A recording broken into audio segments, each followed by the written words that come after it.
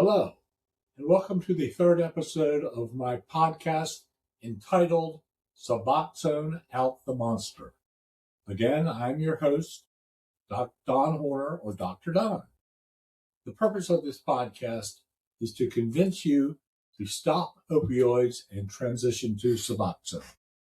In the last podcast, I talked about buprenorphine in Suboxone being a Schedule III opioid and being safer than Schedule II opioids. So let's talk about schedules today and what they mean. But first, let's talk about the beginning.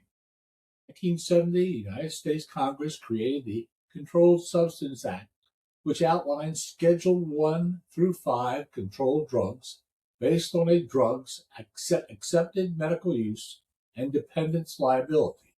Now, since 1970, the DEA, or Drug Enforcement Administration, has added, removed, or changed the schedule of many medications.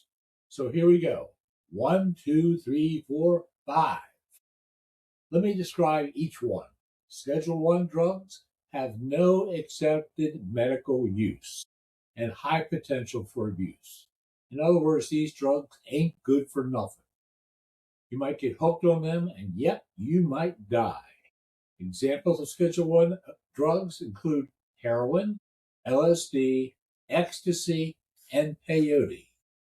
Now, Schedule 2 drugs are substances with high potential for abuse, with use potentially leading to severe psychological and physical dependence. Very dangerous. Examples include Vicodin, cocaine, methamphetamine or crystal meth, methadone, hydromorphone, oxycodone, fentanyl, and others. These are the most common opioids. They are very addictive and are frequently deadly from overdose when you just stop breathing. Not breathing is not a good thing. Schedule 3 opioids have a moderate to low potential for physical and psychological dependence. Examples include Tylenol with codeine, ketamine, anabolic steroids, testosterone, and of course our favorite drug, buprenorphine, as found in Suboxone. Schedule 4 drugs have a low potential for abuse, accepted medical uses, and limited dependence. Examples include Xanax, Soma, Valium, Ativan, Ambien, and Tramadol.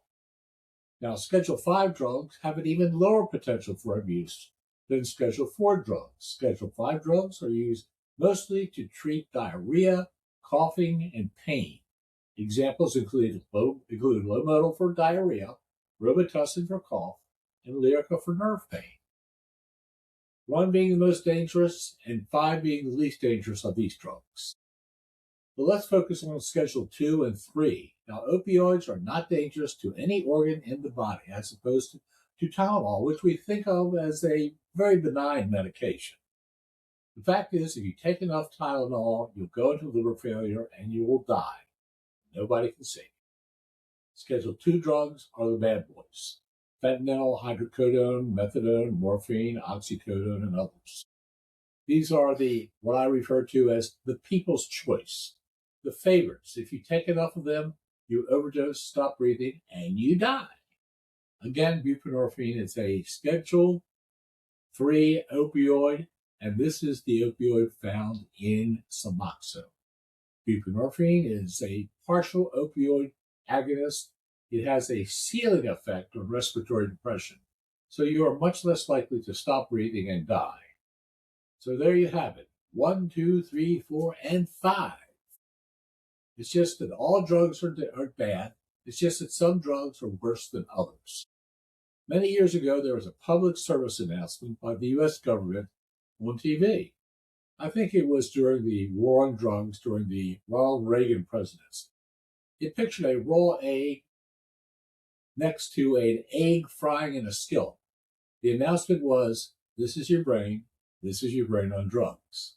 To this day, I still remember that image. If you don't remember anything else from this episode, I hope that you remember this image. You can Google it up under "This is your brain, this on drugs." You really don't want to fry your brain, do you? Now, in our next segment, we're going to have another guest. You'll find this guest to be a very convincing guy who has a very interesting story. Till next time. Hello, John. Can you hear me? Yes, sir. Good. Well, we're recording, okay? And number one, Awesome. thank you very much for participating in this project. Absolutely. John, how old are you? I am 49. I will be 50 next month. Oh, God, you're getting to be an old booger, aren't you? I am an old fart. Now, John, you are living with your girlfriend, Ashley, right? Yes. And the two of you have like, what, 25 kids or something like that, Something isn't like it? that. Yeah. Total between the two of us. That's great. That's great. Total is 6. Cool. Well, that's I had great. 1, she had 3, and then we have 2 together. Okay. Well, way to go. What a blended, wonderful family. Absolutely. Congratulations. Thank you. And John, you work now? I do. Good. Where do you work? I am manager for a Kimbrell's furniture location. Very good. Been in the Congratulations. furniture Okay. industry for the better part of, oh God bless, almost 20 years now. Wonderful. That's a good career. Not Okay. too Something shabby. that's always needed. Something that's always Yes. needed. Well, John, I'm here to talk about your opioid use and your Suboxone use. Tell me, Okay. how did you first get onto opioids? Was it an injury? It was Okay. actually from a car accident Car accident. many, Okay. many moons ago. Okay. And they I was put in a you, car accident in 2004,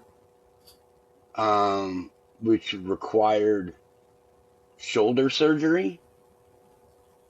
And then subsequently rehab after that, physical therapy. I started on 5 milligram Percocet, got it? and the taste just blossomed from there. Well, that's a pretty light load, okay? 5 milligrams of Yes, Percocet. So you got more and more intense with your opioid use? I did. 5 wasn't working, or 1 5 wasn't working, so it began to escalate a little. So we went from taking 1 to taking 2 to taking 5.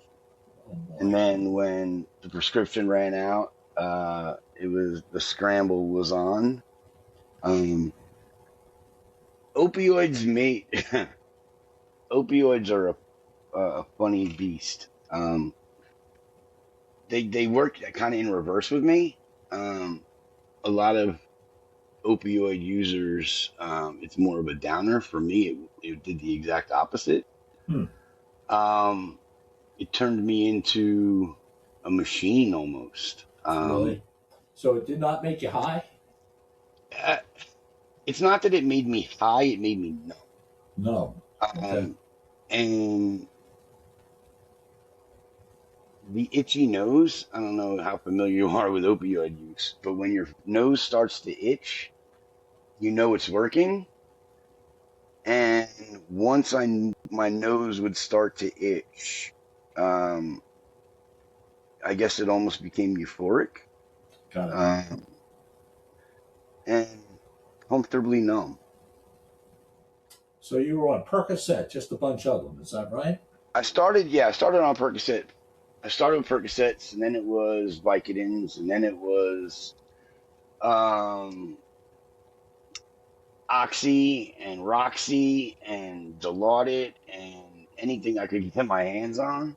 Um, I had there was a gentleman, an older gentleman that uh, I met across paths with. Each month he would get 100 Loratab and Mhm. 110 milligram Percocets. Wow. So he would get one at the beginning of the month and one at the middle of the month, and he had no use for him. So um, him and I became really good friends. Did you buy them from him? I bought him. Yeah. We bartered. We traded. Got it. But you, um, I gave him an Apple iPad, for 300 Loratabs and an old Pontiac Aztec truck. Oh my goodness gracious! That Oh is yeah. barter. That is barter. Oh yes. You come up with some interesting ways to make it happen, that's for sure. Well, no taxes on those transactions, so that's No, good. sir. The IRS That's was not great. involved in that one. That's great. Now, how many years were you on opioids, or approximately? God bless. Um, six to probably seven or eight, 7. maybe. Okay. Now, was there a precipitating event that occurred to convince you to get off of opioids? Yes. What was that? I, it, it was probably a culmination of things. Um, I was house sitting for my friends, who had just gotten married, and I know, my buddy had just had, was had that it wasn't he didn't just have it, but he had an injury, Mm-hmm. uh, a knee injury Mm-hmm. playing basketball, and we were talking. And the funny thing about um, being a drug addict is the secrecy. So you how the lengths you go to try and keep it a secret from everybody. Right. Um, so just in conversations at the bar, he told me he had gone to the doctor, and that they had given him something. And I can remember them going away and me going over to let their dogs out and ravaging Mm. their bathrooms and their bedroom, trying to find this bottle Jesus. Mm. of Percocets. Mm. And I was like, yeah, So this is, you became a thief. Oh, okay. it was pretty bad. I'm sorry. I'm sure No, that was absolutely. depressing. I'm sure that was Absolutely. It depressing. was. I remember being on vacation with my family, staying at my father's house and going through his cabinets, Mm. just looking for pill bottles and not even knowing what it is I'm taking, just Wow. whatever I could find. Um, my mom got sick, and I was traveling back and forth to New Jersey, more frequently, and she was really ill. And I know that they had put her on a bunch of stuff, and just Mm.